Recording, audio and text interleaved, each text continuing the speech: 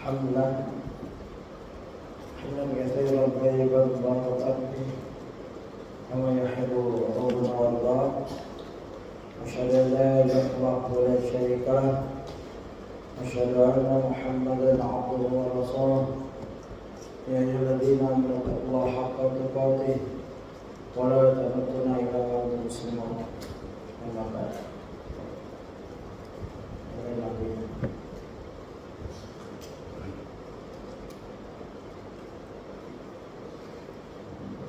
Alhamdulillah, kita lanjutkan kajian kita yang ini rekaman yang ke-32, halaman 93, masih muqaddimah bagian 1, nomor yang ke-9, yaitu sifat dada, perut dan punggung Rasulullah SAW. Di kajian-kajian sebelumnya kita telah lalui yaitu selayang pandang sifat akhlak Rasulullah SAW, dan kita sudah melewati semua akhlak Rasulullah. Terakhir yaitu kasih sayang Rasulullah terhadap benda mati, yaitu pohon kurma yang menangis pada saat Rasulullah berkhutbah di mimbar.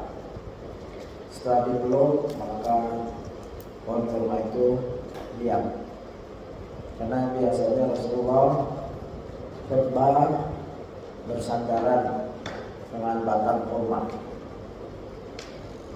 Dan kalau kasih sayang orang muslim berdasarkan perintah Nabi, yaitu tidak boleh memotong pohon dalam berjihad tanpa ada kepentingan. Tapi Nabi memotong pohon kurma di peperangan Khaybar, ya, sehingga diprotes oleh kaum Yahudi. Tapi itu perintah Allah, boleh dalam Nabi. Atau kalau kita sedang berjalan di hutan terus kita memerlukan pembuatan jembatan melalui dengan kayu-kayu hutan, boleh juga, ya, gitu. Walaupun pada intinya kita tidak boleh memotong pohon sembarangan. Dan setelah itu kita masuk sifat selayang pandang sifat Rasulullah yang telah kita bahas di video, ya, 27, 28 dan seterusnya sampai 31, yaitu rambut Rasulullah SAW, kepala Rasulullah, wajah Rasulullah, bagaimana Rasulullah menyisir rambutnya, uban dan mewarna rambut Rasulullah SAW, ya, sifat bahu Rasulullah SAW, sifat lengan kedua telapak tangan Rasulullah SAW. Ya, di sini dijelaskan beliau adalah seorang yang kedua lengannya panjang. Kemarin di kajian akhwat ada pertanyaan, apakah bukan lengan panjang itu ada kecenderungan tidak bagus kalau di Indonesia, ya, istilah Indonesia tangan panjang tuh maling, ya, mencuri, itu ucapan atau majas untuk kiasan, kata kiasan untuk pencuri di Indonesia. Tapi tidak selalu berlaku. Kiasan itu pertanyaan, ya, di kemarin dan saya sudah jawab, ada di rekaman 31. Kiasan pun tiap daerah berbeda, tiap negara berbeda. Di Indonesia mungkin tidak bagus tangan panjang, ya, itu namanya mencuri, disebut tangan panjang.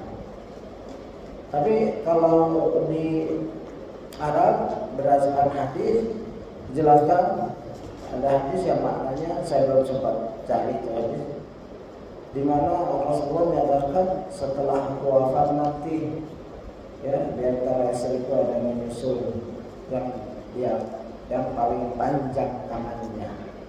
Maka para istri Rasulullah mengukur tangannya sampai yang paling panjang. Dia akan menyusul Rasulullah SAW.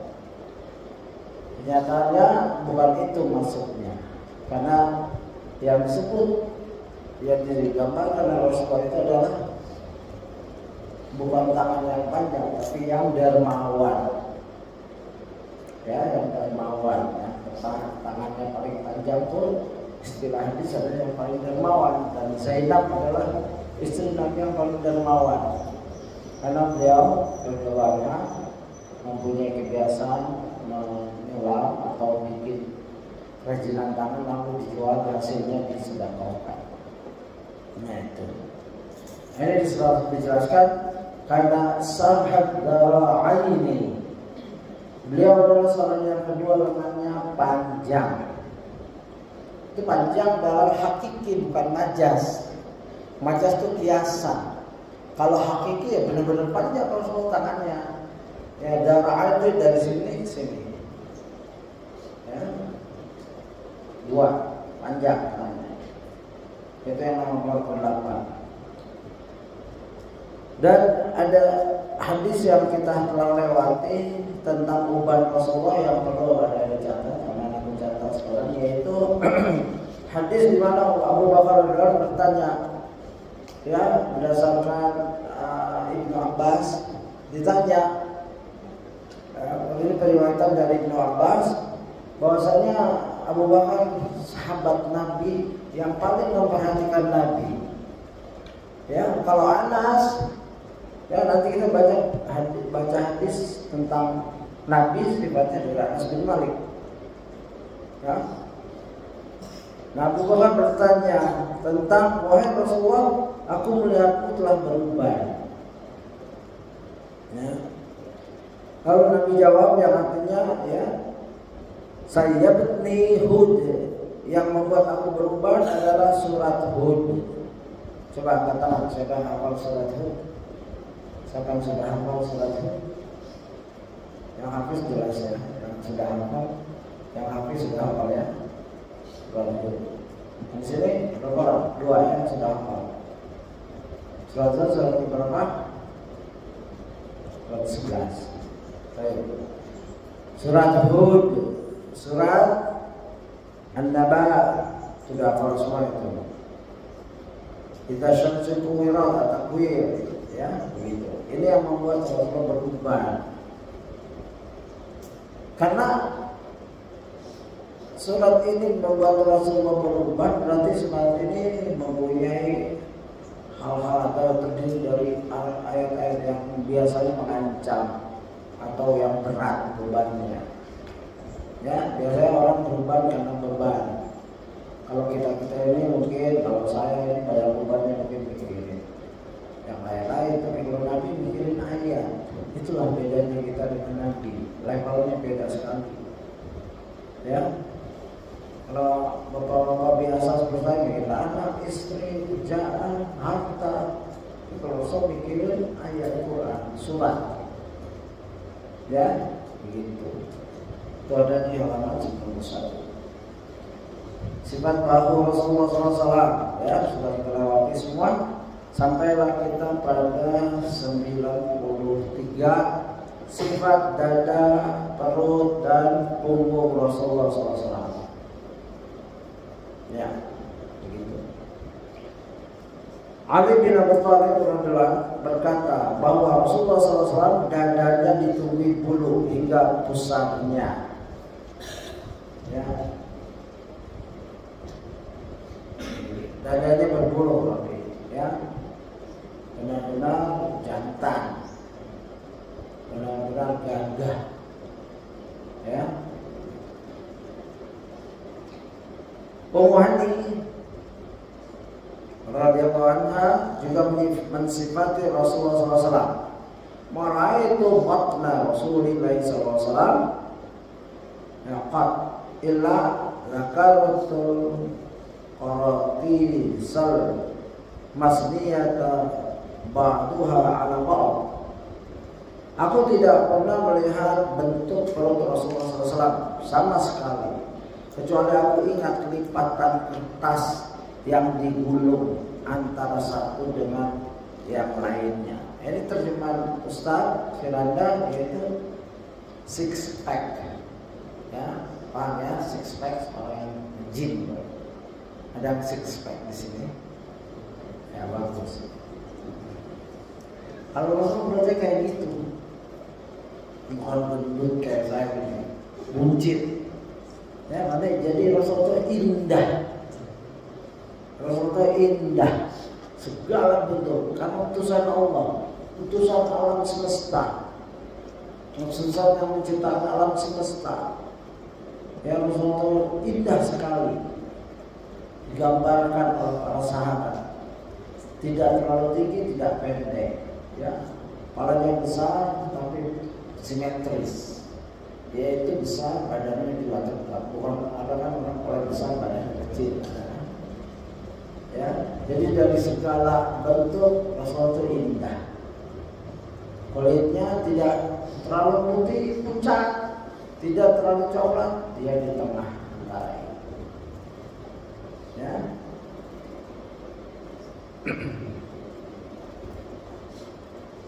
Six pack artinya orang yang kalau dilihat itu enak, ya. Gitu. Nomor 10, betis dan kedua kaki Rasulullah SAW. Dari Abu Zuhaifah radhiyallahu, dia bercerita ketika melihat Rasulullah SAW. Kharaja Rasulullah SAW ka'anni anzuru ila wabisi saqaya saqaihi. Kemudian Rasulullah SAW keluar, dan saat itu seakan-akan aku melihat cahaya pada kedua betis beliau. Maksudnya putih, ya. Ini seperti bercahaya. Gitu. Jadi kalau betisnya tersingkap kelihatan putih. Ya.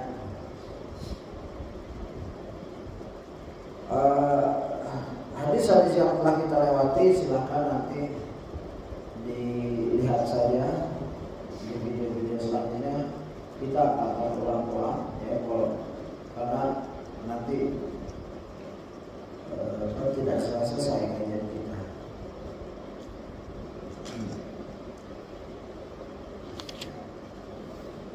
Jadi Rasulullah betisnya seperti bercahaya, maksudnya putih. Ya. Dari Abu Hurairah radhiyallahu, karena Nabi sallallahu alaihi wasallam dhahamal qadamain, bahwasanya Rasulullah SAW kedua telapak kakinya besar. Ya. Dari Sima bin Harb, dia mendengar Jabir bin Samurah radhiyallahu mensifati Rasulullah SAW, karena Rasulullah SAW dari al-fanni askal al-aini manhusal akibaini, dan seterusnya.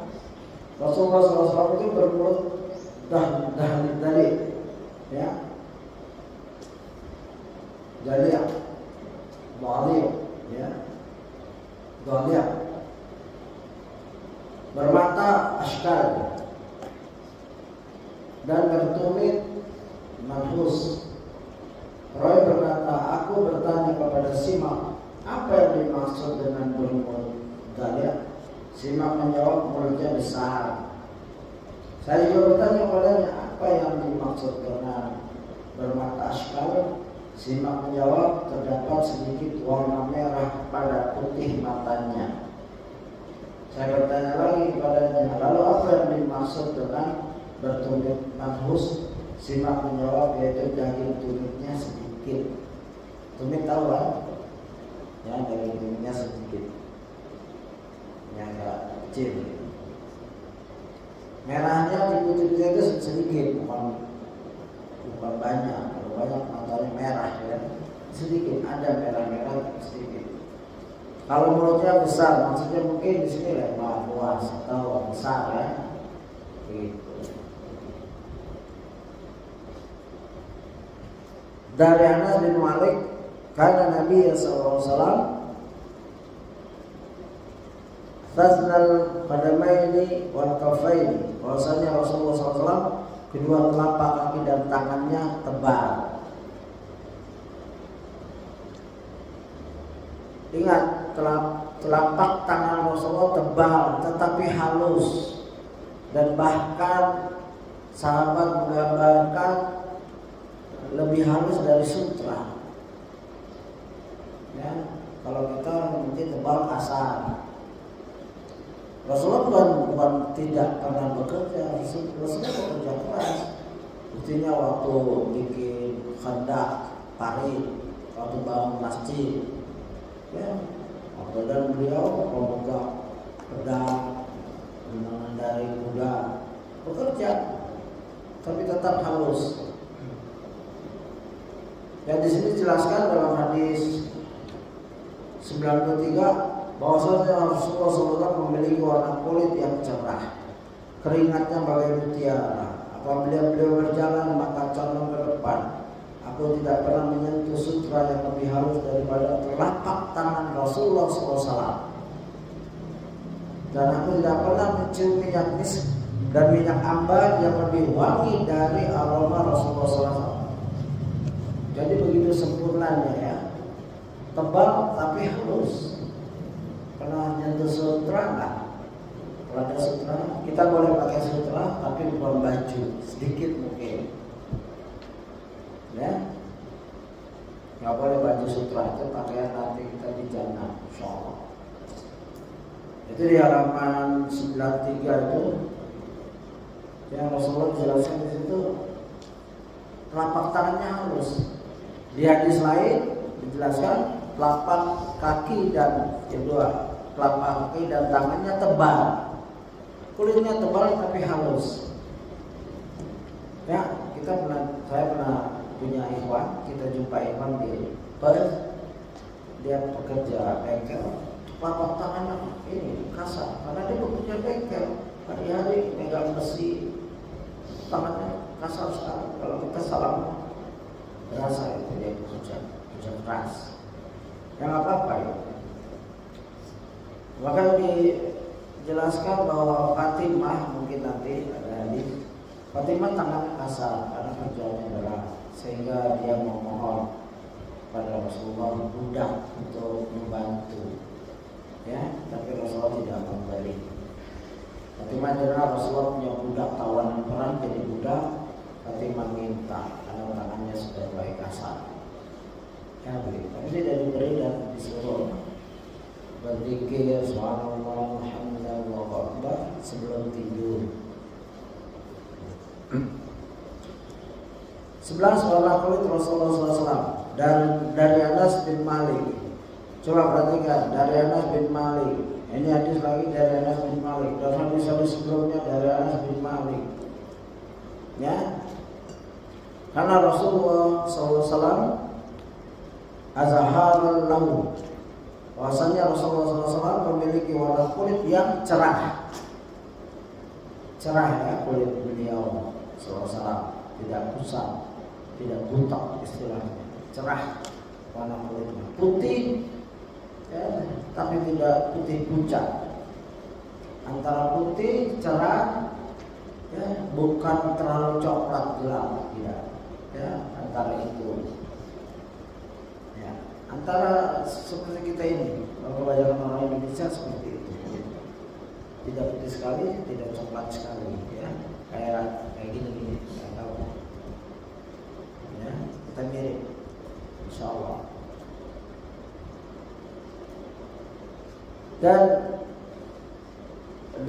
dari Ali radhiyallahu ketika sifat Rasulullah SAW yang berkata, karena azimal hamah abiyadha musraban humrah, bahwasanya Rasulullah SAW memiliki bentuk kepala yang besar dan kulitnya berwarna putih kemerah-merahan.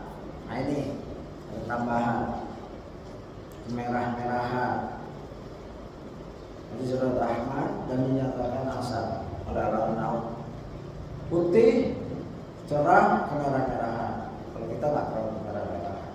Jadi kalau ada orang yang agak kemerah-merahan, ya, tidak putih pucat, putihnya segar, ya, tidak coklat sekali di bawah, kuning langsat, kulingnya orang kuning langsat yang ini cepat ya ada kemerah-merahan.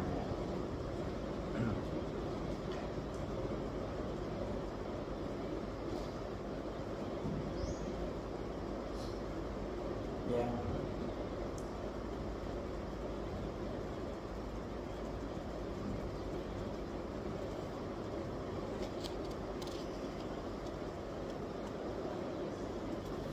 Yang ke-12, sifat pakaian Rasulullah SAW. Ummu Salamah radhiyallahu anha berkata, "Kana habbu thiyabi ila Rasulillah SAW al-qamis." Pakaian yang paling disukai oleh Rasulullah SAW adalah qamis, jubah. Itu hadis Abu Daud 4025 dan dinyatakan sahih oleh Al-Albani. Anas bin Malik, coba sudah berapa kita sebut Anas bin Malik? 3. Sekarang ada pertanyaan, kenapa Anas bin Malik sering meriwayatkan hadis-hadis ini? Anda bisa jawab? Kenapa? Di hadis-hadis tentang sifat, akhlak, fisik itu selalu keluar Anas bin Malik. Anas bin ini baru berapa menit saja kita menyebut 3 riwayat beliau. Ya, kalau bilang kenapa? Anda berani jawab? Ini ada 3 di sini.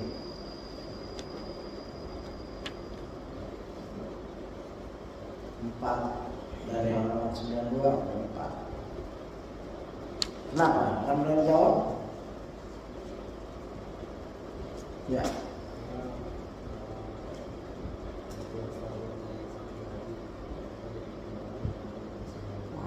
Ya, karena Anas bin Malik adalah anak angkat atau pembantu Nabi sejak kecil, kan? Ingat kan kisahnya, Ummu Sulaim mengutus menghadap Rasulullah, "Wahai Rasulullah, ini anakku Unais." Ya, Ummu Sulaim memberi Rasulullah membantu, jadikanlah dia membantu. Maka Rasulullah langsung mendoakan, semoga Allah perbanyak harta dan anaknya. Itu ada basu. Artinya beliau mendampingi Rasulullah sejak kecil. Sebagaimana Aisyah radhiyallahu anha mendampingi Rasulullah sejak kecil. Yang dewasa yang mendampingi Rasulullah, Abu Hurairah, ya begitu. Dan para sahabat ini hidup bersama Rasulullah. Ya. Dan sebab itu sifat-sifat Rasulullah banyak diriwayatkan oleh perawi sahabat Anas bin Malik. Jazakallahu khairan.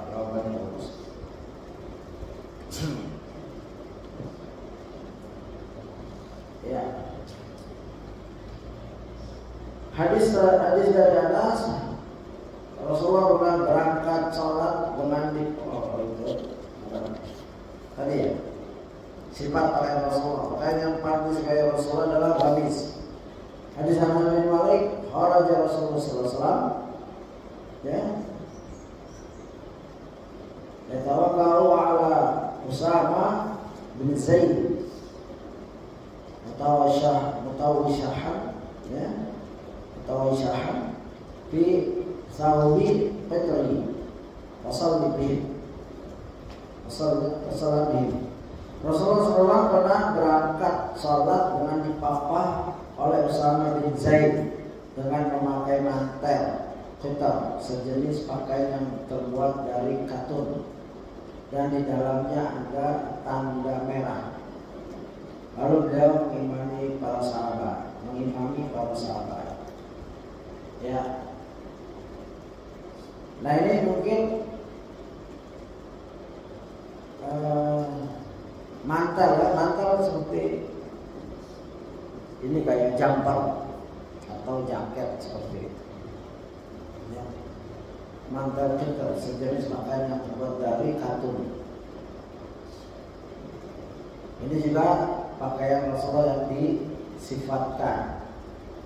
Di sini ada fawaid hadis yang besar sekali untuk kita, ya, dimana di sini Rasulullah ya tawakkau ala Usamah bin Zaid. Rasulullah itu dipapah oleh Usamah bin Zaid dalam rangka sholat. Artinya sholat wajib ini kalau harus dipapah seorang untuk menuju masjid, hendaknya dia lakukan itu. Jangan mudah-mudah skip, bolos untuk sholat berjamaah, ya, karena hampir wajib sholat berjamaah itu sunnah muakkadah dan yang menandakan orang yang beriman benar-benar imannya, ya. Bahkan Rasulullah hampir membakar rumah-rumah orang yang meninggalkan sholat berjamaah. Ya, di situ ada. Dan salah satu contohnya adalah kalau Rasulullah saja dipapah. Kalau kita selagi sakit ada yang memapah kita, ya sholat. Walaupun mungkin sholatnya duduk. Ya, imam berdiri, kita duduk. Kalau kita mampu berdiri. Setelah dipapah kita duduk. Kalau sampai seperti itu, ya. Kalau sesekali boleh, yang bukan terlalu lelah, terlalu ngantuk, yang kalau berdiri juga dia akan sempoyongan ke kiri kanan, nggak mendengar imam sholat, bacaannya, ya itu nggak bagus sholatnya. Boleh dia. Atau dalam hadis-hadis lain, kalau makanan sudah disiapin di hadapan dia boleh selesai. Itu ada hadis-hadis seperti itu. Ya, makan tenang, tinggal rakaat berapa saja ditempuh. Ya, gitu. Tapi kalau bisa ya jangan setiap mau makan mau sholat minta dihidangi makanan.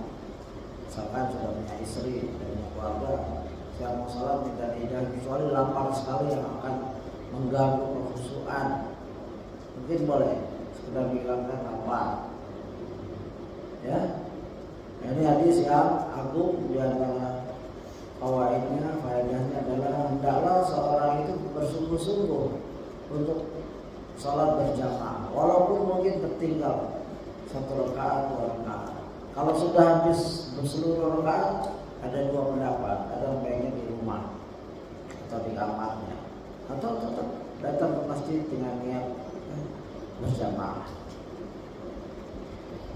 Diriwayatkan bahwa Qatadah bertanya kepada Anas bin Malik tentang pakaian yang paling disukai oleh Rasulullah SAW. Maka Anas radhiyallahu anhu pun menjawab al-hibara.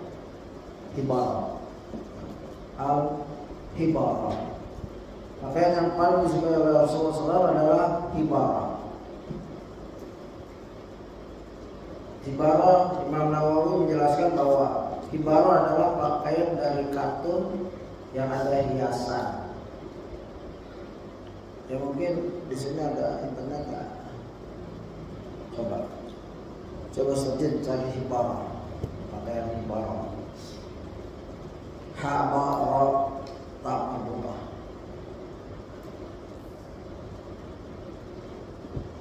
Sekarang kita mudah insya Allah melihat pakaian-pakaian disebutkan ini, karena pakaian harus dilihat. Ya, Syekh Walid kalau menjelaskan hadis itu salah hadis Bukhari, ya selalu buka HP nggak apa-apa. Ada, ya itulah seperti itu. Ibnu Qayyim rahimahullah juga menjelaskan secara panjang lebar tentang pakaian Rasulullah SAW. Intinya beliau rahimahullah menyebutkan kriteria pakaian Rasulullah SAW. Wa kana min atamil hadi wa fa'ihi lil badan wa khaffa alaihi wa aisarihi wa aisarihi lubsan wa khal'an. Petunjuk Rasulullah SAW dalam masalah pakaian termasuk petunjuk yang paling sempurna, paling bermanfaat untuk badan, paling ringan dan paling mudah untuk dipakai dan dilepas. Ya, jubah itu mudah dipakai, mudah dilepas, begitu maksudnya. Penjelasan Ibnu Qayyim. Makanya tidak ketat, tidak sempit kayak device kan. Device kan susah itu. Ya. Rasulullah pakaiannya simple. Ini ada petunjuk di mana ulama mencari fawaid dari hadis-hadis tentang pakaian Rasulullah. Ya, pakaian ya, petunjuk Rasulullah SAW dalam masalah pakaian termasuk petunjuk yang paling sempurna, paling bermanfaat untuk badan, paling ringan, paling mudah untuk dipakai dan dilepas. Ada pakaian yang mudah dipakai, dilepasnya susah. Ada susah dipakai, dilepasnya mudah. Ya, begitu. Dan ada pakaian berat. Nah, antum pernah pakai jubah dari kulit onta? Pernah nyoba? Saya pernah. Saya punya teman di Australia, Syekh dari Syria, Syekh Hasan Mahjub. Itu salat karena dingin, saya dipakaikan.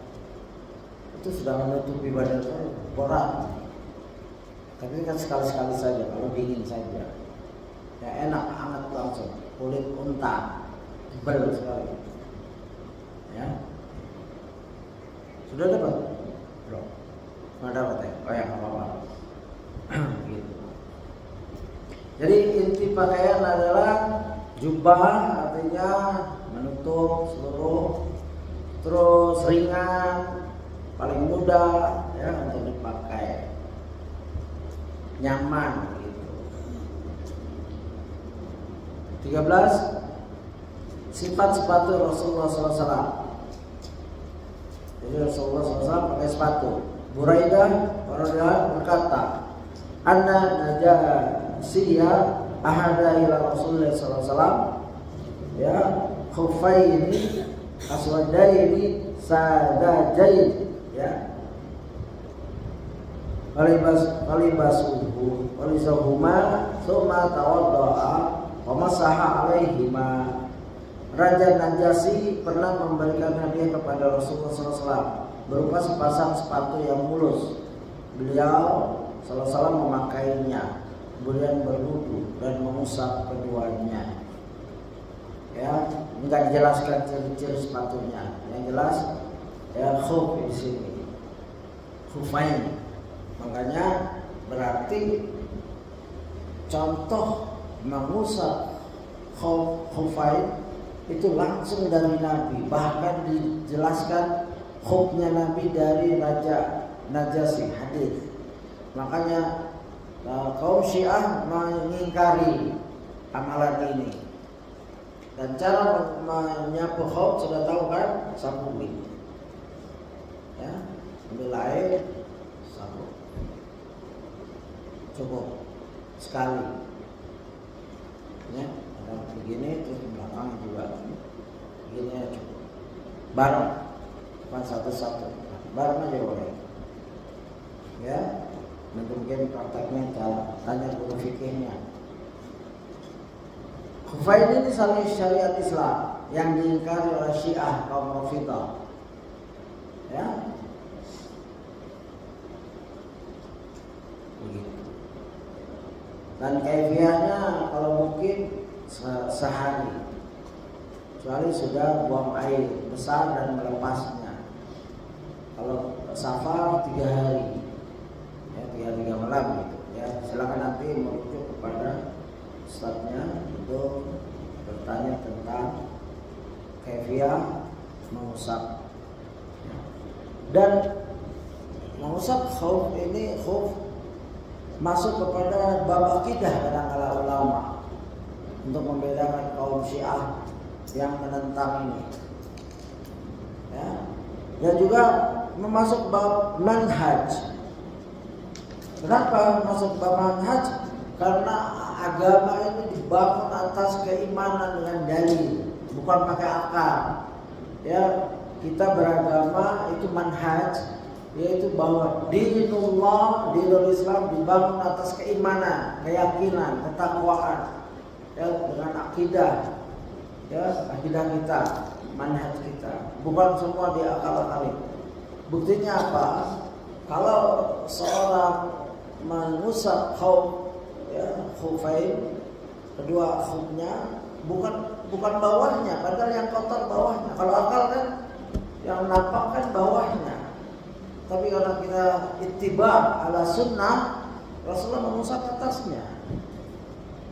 Ya, yang kotor kan bawahnya. Tapi kalau orang biasa memakai khuf ini memang, ya, apalagi orang yang mungkin di padang pasir berjalan seperti koboi-koboi itu atau orang-orang Baduy, memang di atas khuf mereka itu banyak pasir, jadi diusap. Ya, gitu.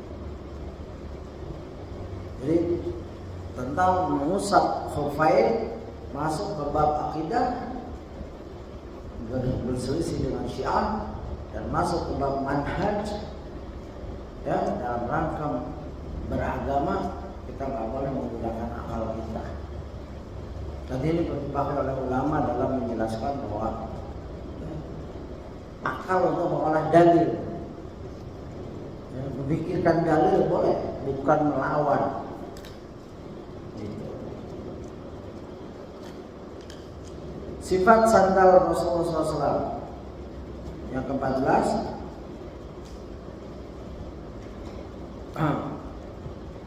sifat sandal Rasulullah SAW.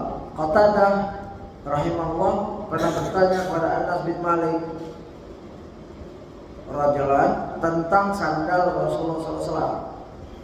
Beliau radhiyallahu, yaitu Anas bin Malik pun menjawab, lahuma kibalani. Kedua sandal beliau memiliki dua utas tali.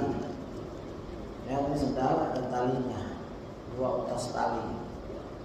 Biasa sandal bertali. Mungkin mirip sandal jepit atau sandal yang bertali, sandal kulit yang bertali. Ya. Dan ini masuk kepada penjelasan fisik, karena fisik berhubungan dengan yang menutupi, yang menghiasi. Ya, fisik kaki Rasulullah ditutupi apa? Sandal, sepatu. Badan Rasulullah ditutupi dengan apa? Baju, jubah, dan lain-lain. Makanya dijelaskan oleh ulama dan ada hadisnya. Nggak begitu sempurnanya penjelasan tentang Rasulullah SAW sampai sandalnya dan lain-lain. Ya. Ubaid bin Juraiz rahimahullah pernah berkata kepada Ibnu Umar radhiyallahu anhu, ra'aituka talbasu na'ala sabandiyah. Aku melihatmu memakai sandal yang terbuat dari kulit yang tidak ada bulunya. Maka Abdullah bin Umar radhiyallahu anhu berkata kepadanya, fa inni ra'aitu Rasulullah sallallahu alaihi wasallam yalbasu ni'ala allati laisa fiha sya'run wa tawadda'u fiha fa ana uhibbu an albasaha. Aku pernah melihat Rasulullah SAW memakai sandal yang tidak ada bulunya dan beliau berwudu dengan memakainya. Karenanya aku pun suka memakainya. Kita ingat hadis ini dibawakan oleh Abdullah bin Umar, orang yang paling, salah satu sahabat yang paling berusaha berjihad untuk ittiba ala sunnah, ittiba ala Rasulullah SAW. Dari cara berkendaraan, dari kapan dia berhenti, kalau haji, kalau umroh, ya, berjalannya di mana, berhenti, mengikat kendaraannya di mana. Itulah Umar, Abdullah bin Umar, ya, Ibnu Umar, namanya Abdullah, ya, di antara para sahabat yang bernama Abdullah. Dan beliau merinci bahwa sendal Rasulullah itu tidak berbulu, tidak ada bulunya. Artinya ada sendal yang berbulu. Kalau di sini mungkin kurang ya, karena mungkin daerah panas. Kalau di Australia itu ada sepatu berbulu untuk musim dingin. Dia dari kulit kanguru dibalik, bisa bulunya di luar, bisa di dalam. Ya, sendal-sendal juga itu hangat, bisa dipakai di dalam. Kalau sendal yang dipakai di dalam slipper namanya, dia dipakai. Sholat juga pakai itu. Nah di sini dijelaskan, ya Rasulullah sendalnya tidak yang berbulu. Biasanya kalau di tempat sini, di tempat seperti musim seperti ini, ya dia akan basah, mudah basah karena hujan ya, jadi nggak cocok hal-hal yang kayak gitu. Kalau saat dingin tapi kering, ya. Gitu. Dan ini dimana salah satu contoh kegigihan seorang Ibnu Umar meniru Nabi sampai sendal-sendalnya. Ya, aku pernah melihat Rasulullah SAW memakai sandal yang tidak ada bulunya, dan beliau berwudu dengan memakainya. Karenanya aku pun suka memakainya. Begitu. Nah, di sini diriwayatkan oleh Bukhari 5821 ya, sahih artinya. Ada pertanyaan sejauh ini? 15 tanda kenabian Rasulullah SAW. Dari Jabir bin Samurah radhiyallahu, ia berkata, wa ra'aitul khatama 'inda katibihi mithla baydah al-hamamati yusbihu jasadan. Aku melihat tanda kenabian Rasulullah SAW di antara dua belikatnya seperti telur burung merpati menyerupai warna jasadnya. Ya, di antara tulang belikat itu yang begini tuh di belakang kita. Nah, gini belikat. Di situ ada daging sama warnanya dengan jasadnya, ya, dengan tubuh Nabi dan benar seperti telur burung merpati sekitar segini ya, segini. Kalau telur burung puyuh kecil. Pernah lihat telur burung merpati? Saya bilang punya telur burung ya, mungkin lebih besar dari telur puyuh karena burung puyuh kan kecil. Itu ada di antara tulang belikat. Dan waktu Salman Al-Farisi ingin menguji atau mengetahui ini Nabi benar atau tidak. Oleh sebab itu zaman sekarang tidak boleh marah jika ada orang ngaku cucu Nabi, diuji, dites itu nggak apa-apa. Nabi aja dites kok. Nabi dites oleh Abdullah bin Salam, seorang Yahudi, pemuka Yahudi, ngetes Nabi dengan pertanyaan tentang ruh, tentang kahfi dan lain-lain, beritanya seperti itu. Ya mungkin Abdullah bin Salam nanya tentang yang lainnya. Jadi ada pendeta-pendeta Yahudi ngetes Nabi tentang kenabiannya dengan pertanyaan yang susah-susah. Tidak akan tahu kecuali Nabi tentang Al-Kahfi, tentang makanan pertama ahlu surga, tentang roh dan lain-lain. Nabi nggak marah.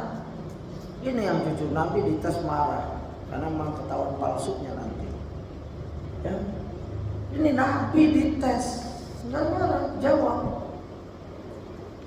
Salman Al-Farisi ngetes Nabi dengan diberinya sedekah. Nabi, oh kami tidak makan sedekah. Dibelinya lagi hadiah, oh ya hadiah dimakan bersama sahabat-sahabatnya. Ngetes lagi, ya sambil lirik-lirik, ya ingin melihat tanda kenabian. Ini Salman Al-Farisi, seorang majusi penyembah api, seorang Kristen penyembah Isa alaihissalam, mengakui ya dalam bulan itu keluar lagi dia jadi Yahudi. Ya, semua agama hampir ya, pernah diikuti, akhirnya ke Islam dan baik Islamnya. Salman al-Islam, Salman al-Farisi, begitu. Ya, itu ada kesaksian. Jadi seperti telur warna kulit sama dengan warna kulit, sama dengan jasad Nabi maksudnya. Ini bagian dari ciri fisik Nabi. Ya, apalagi karena itu menempel. Yang tidak menempel aja seperti pakaian dibicarakan di sini. Sendal, sepatu, pakaian dijelaskan. Ya, apalagi tanda kenabian.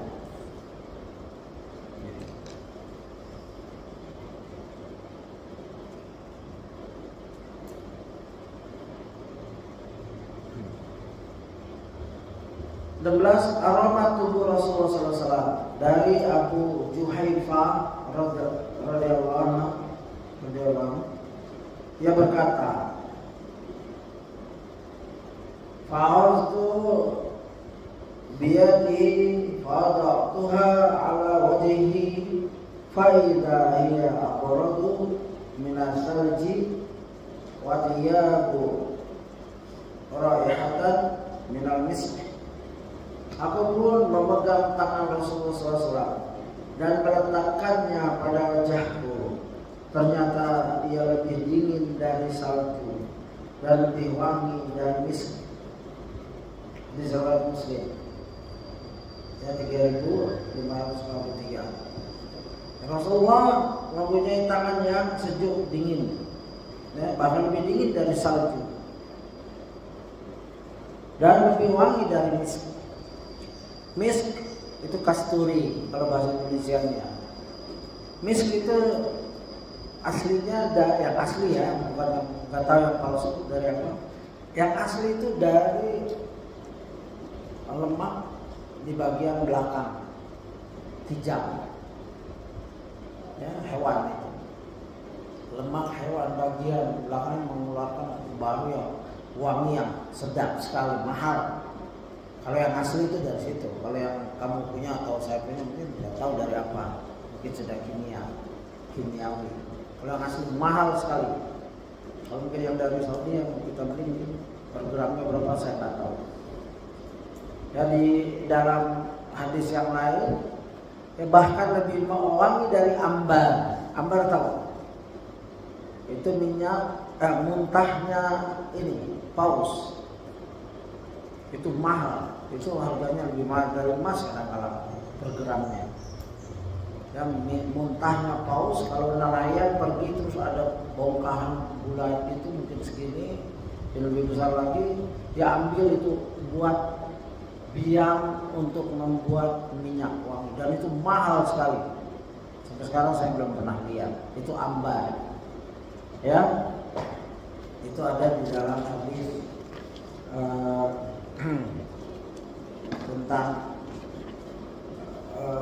keadaan sifat fisik Nabi. Nah, ini di halaman 9293 ya, tentang sifat lengan dan kedua telapak tangan Rasulullah SAW. Ya, tadi bahwasanya Rasulullah SAW memiliki warna kulit yang cerah, keringatnya bagai mutiara. Apabila beliau berjalan menghadap ke depan, aku tidak pernah menyentuh ya sutra yang lebih halus daripada telapak tangan Rasulullah SAW, dan aku tidak pernah mencium minyak misk dan minyak ambar yang lebih wangi dari aroma Rasulullah SAW. Jadi minyak misk dan ambar, ya ambar bahasa Arabnya itu ya atau rahati Rasul, ya. Ya ambar ainun ba'ra tamarbuta ambar sama diterjemahkan ke Indonesia ambar juga. Kalau kasturi kan misk kasturi. Itu dua-duanya dari hewan. Satu hewan darat, yang satunya laut. Karena itu mahal sekali. Mix aslinya pun saya belum pernah. Ya, tapi kalau beli dari Saudi ada putih, walau itu asli apa enggak? Putih karena dia biang itu kental sekali. Kalau ambar belum pernah.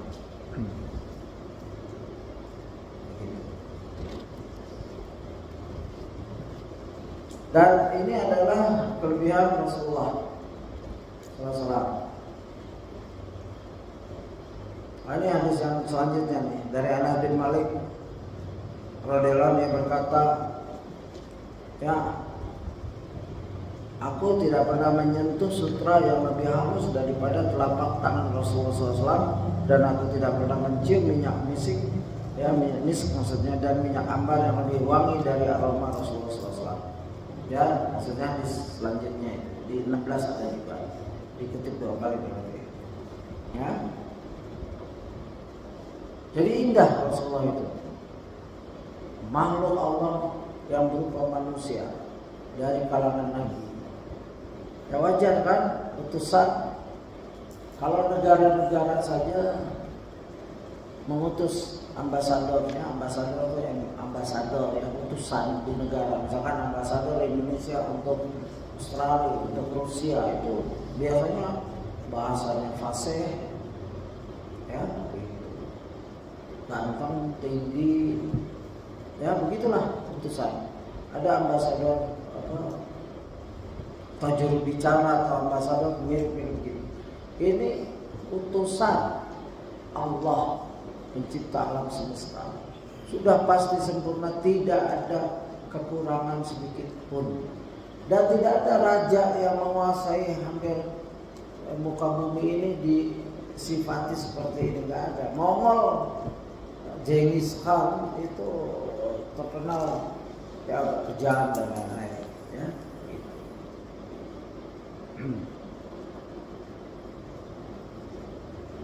Ada pertanyaan? Tinggal 8 menit lagi.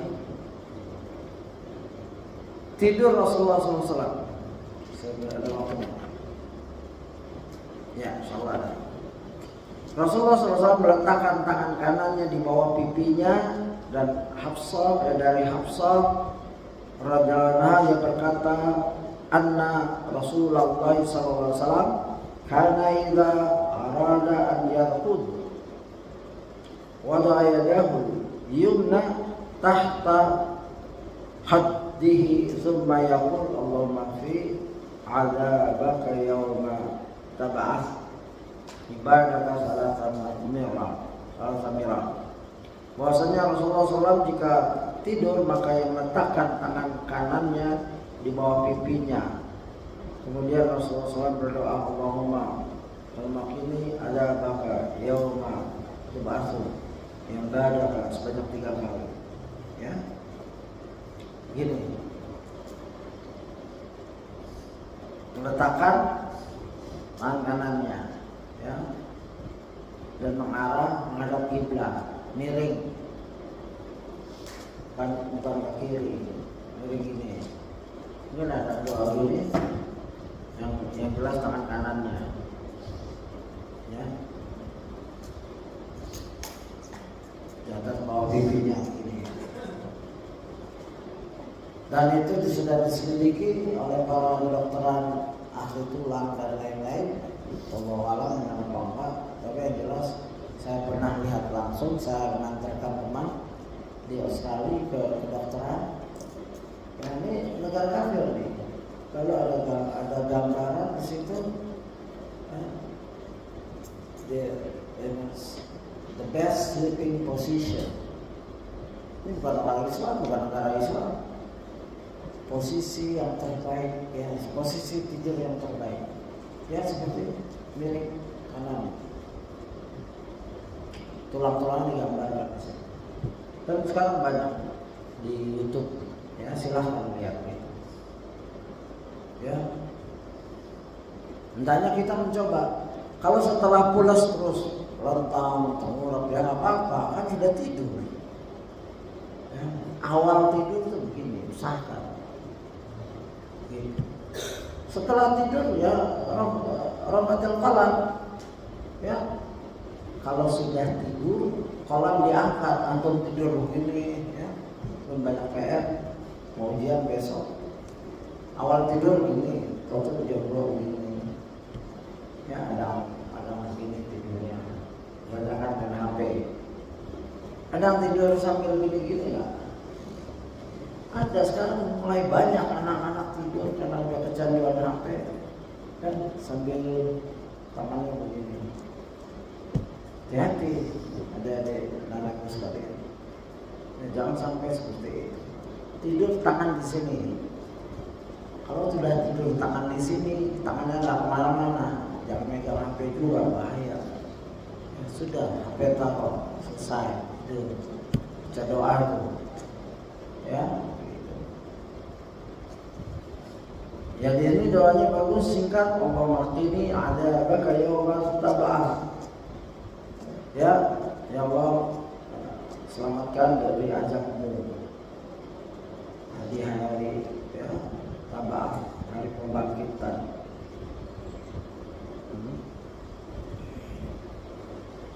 Gitu 3 kali. Atau ada yang antum siap ya, yang sudah hafal, silahkan. Ya, ini sifat tidur penting karena kita tidur terus kan, nggak ada. Kalau sehari saja tidak tidur kita ada pusing. Ujian 2 hari nggak tidur, akhirnya nggak bisa ujian. Kalau tidur makanya dia dipraktekin nih, mudah, insya Allah mudah kan. Rasulullah SAW menggabungkan kedua telapak tangannya, membacakan surat Al-Ikhlas, Al-Falaq dan An-Nas, kemudian mengusapnya ke seluruh badan.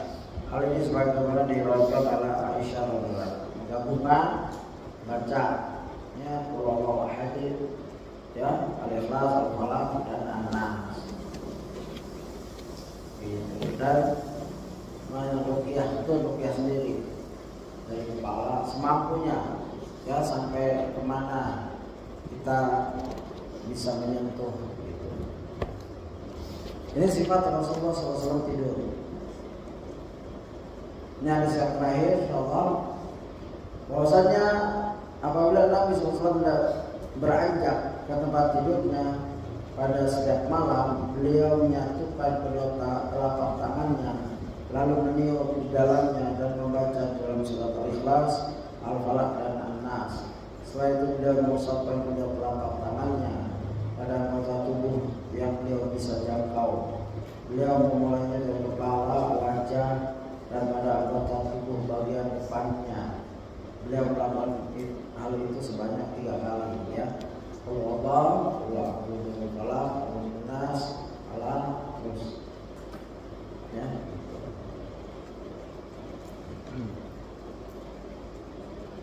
Meskipun mata Rasulullah SAW tertutup, namun hatinya tidak tertidur. Hal ini berdasarkan hadis riwayat Aisyah radhiyallahu anha.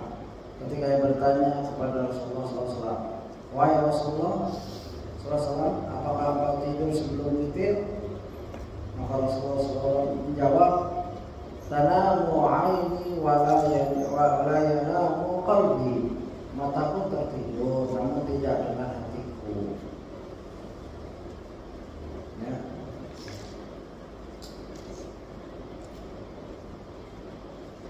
Ada catatan kaki dari Ustaz Firanda di catatan kaki 170 tentang bagaimana.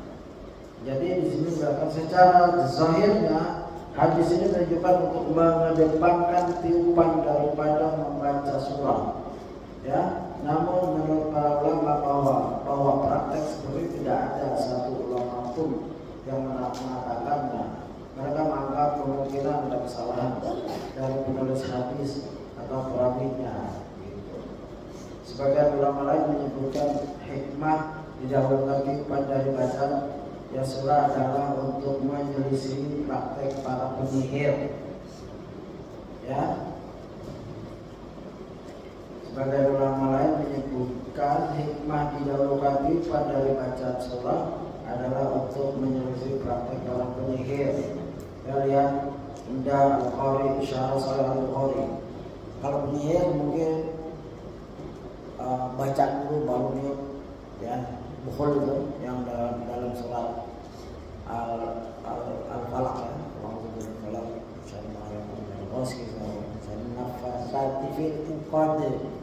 Ya, yang niup bukhul-bukhul. Itu biasanya niup dulu baru baca qomat kamil. Nah, ini salah satu hikmah, hendaklah baca niup dulu, ya niup dulu 3 kali, terus baca pulau bawah, pulau nas, baru diusapkan. Ya gitu. Ya, itu faedah besar sekali dari Ustaz, ya dikutip dari kitab-kitab besar. Silakan untuk amalkan. Dan jangan malu dan jangan meledek. Kalau antum tidur di asrama ada ikhwan kamu mengamalkan, diamkan. Jangan malu mengamalkan sunnah. Diamkan, jangan ketawa. Hati-hati terketawa terhadap sunnah, hati-hati. Ya, jangan meremehkan. Kalau kamu belum sanggup mengamalkan, ya udah itu urusan kamu. Tapi kalau ada saudara kamu satu kamar sedang mengamalkan, jangan diledek, jangan dicibir, jangan dibully. Ya, resikonya nanti di hadapan Allah berat. Yang membuli orang mengamalkan sunnah seperti jenggot dan lain-lain itu berat di sisi Allah nanti. Ya, dosanya besar. Ya, bukan orangnya, tapi sunnahnya itu. Dia bakal mengamalkan sunnah. Itu yang kamu pikirkan. Mungkin orangnya lucu, ya, mengundang kita tawa, kita jangan lihat. Palingkan, jangan sampai tertawanya kita akan mendapat murkanya Allah. Ya, dan apalagi kita mengundang yang lain untuk mentertawakan, hati-hati. Ya, begitu. Mudah-mudahan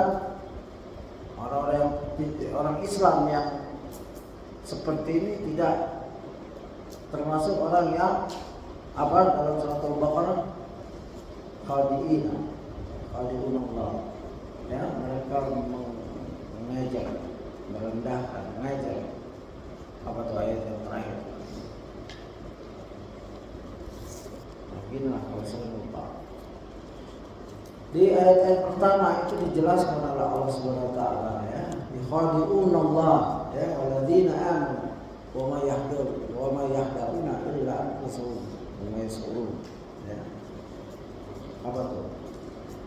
Allah yastahzi, ya, istihza, mengolok-olok Allah dan orang beriman, ya.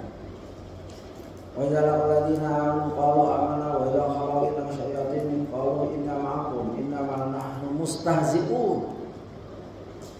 Ya, jangan sampai kita masuk orang yang mustahzi'un, suka menghina meledek orang beriman. Ini orang-orang kafir sedang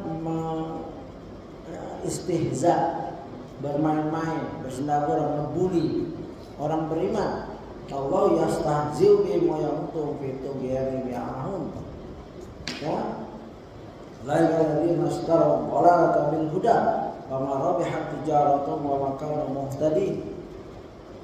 Ya, hati-hati anak-anakku sekalian. Kalau kita belum bisa mengamalkan, ya, beristighfar pada Allah. Ya Allah, aku belum sanggup mengamalkan sunnah Rasulmu. Sudah, dan berdoa dan berusaha. Begitu sikap mental orang Islam terhadap ajaran Quran dan Sunnah, sami'na wa ta'ana, dan berusaha mengamalkan, ya, begitu. Berat tidaknya itu tergantung iman. Buktinya kok, ya, kalau kita dengar perjuangan para sahabat, Adam Ja'far itu di waktu perang itu lepas tangan kanannya, dia pegang tangan kiri bendera, lepas tangan kirinya, dipegang lagi pakai gigi, begitu. Itu berat. Kita nggak pakai kayak gitu, cuma mengamalkan salah satu sunnah Nabi. Ya, kita nggak diminta seperti itu. Nih, saudara kita yang di Palestina, makan susah, minum susah, tidur susah, anaknya dalam kepalanya pecah di depan. Ada seorang anak kehilangan bapaknya, tertimpa puing-puing, itu berat. Mereka bertahan, ya, terlepas dari akidah dan manhajnya sementara ini. Ya, banyak ahlu sunnah, banyak juga di sana, alhamdulillah. Jadi adik-adik dalam mengamalkan sunnah, Ingat yang paling berat, orang-orang yang telah mendahului kita atau yang masih hidup di zaman kita, ya disiksa seperti itu. Mereka ingin menjalankan sunnah, mereka ingin belajar sunnah insya Allah. Tapi sementara ini mungkin cobaan mereka beda. Wallahu a'lam. Semoga kita dimudahkan oleh Allah untuk mempelajari Quran dan Sunnah serta mengambil faidah dan mengamalkan.